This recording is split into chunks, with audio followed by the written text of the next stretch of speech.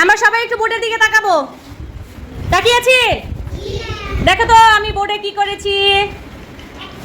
কিছু ছবি এঁকেছি, এঁকেছি না? তোমাদের বইয়ের মতো বই এরকম একটা ছবি আছে না? আছে। এখন এই বোর্ডের মধ্যে আমি কি একটু ভিন্ন রকম ভাবে এঁকেছি, আমি তো অত সুন্দর করে রাখতে পারি না। এখন দেখো তো বইয়ের সাথে কিছু মিল আছে না অমিল আছে? বলো। অমিল আছে? কি কি অমিল আছে কে কে বলতে পারবা? আচ্ছা খাদিজা আগে বলো। বলো।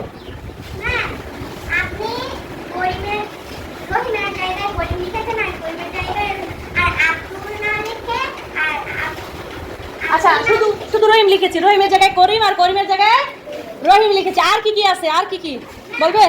তুমি বসো, আর অন্যরা বলো। কে বলবে? নিহা বলো। সামনের জায়গায় পিছন লিখেছি আর পিছনের জায়গায় সামনে লিখেছি। মানে হচ্ছে বইয়ের দিকে এই উপরের সাইডটা আছে কি পিছনে, ঠিক না? কিন্তু আমি এখানে কি দিয়েছি? আমি এই নিচের দিকটা কি ছিল?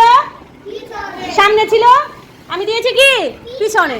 এখন এখান থেকে তোমাদের দেখো খুঁজে উপরে কি লেখা আছে? ক্রমবাচক সংখ্যা ব্যবহার করে অবস্থান নির্ণয় করি। সামনে থেকে কে ষষ্ঠ। এবার এখান থেকে খুঁজে বের করতে হবে সামনে থেকে কে ষষ্ঠ। ঠিক আছে, দেখি কে কে পারবে। হাত তুলি আমরা একটু। কে পারবে? না বলা যাবে না, মুখে একদম বলা যাবে না। আমি না, আসো বলো। উপরেরটা কি? সামনে থেকে কে ষষ্ঠ। সামনে থেকে কে ষষ্ঠ কি? এর নাম কি বলো? লেখো, উপরে লিখো। তামিনা বলেছে তামিম উপরের থেকে ষষ্ঠ। এটা কি ঠিক আছে? এটা ঠিক আছে কিনা আমাদের দেখাবে কে? ইলমা আসো। ইলমা ও বলে তামিনা বলেছে সামনে থেকে ষষ্ঠ আছে তামিম। তুমি কি তার সাথে একমত? ও কি সঠিক বলেছে? আচ্ছা আমাদের একটু গুনে দেখাও।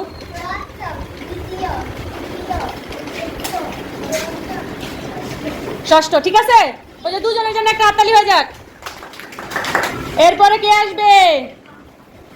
কে? রাফি আসো। এই যে দেখো তো, এটা 2 নাম্বার কি বলা আছে পড়ো। হ্যাঁ, পিছন থেকে কে সপ্তম। এবার পিছন থেকে সপ্তম কে তুমি খুঁজে নাম লেখো। হ্যাঁ, নামটা লিখে দাও উপরে। দেখো তোমরা দেখো, ও কি ঠিক লিখছে? বলো না এখন ও কি ঠিক লিখছে কিনা। ও কি ঠিক লিখেছে? কে বলবে? জারিন আসো তুমি। দেখো পিছন থেকে সপ্তম গুনে দেখাও।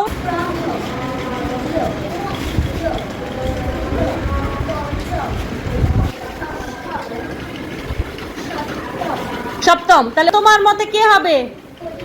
কে হবে? রাফি কি লিখেছে? রাফিও কি লিখেছে? তাহলে দুইটাই ঠিক আছে। ওদের জন্য একটা জোরে হাততালি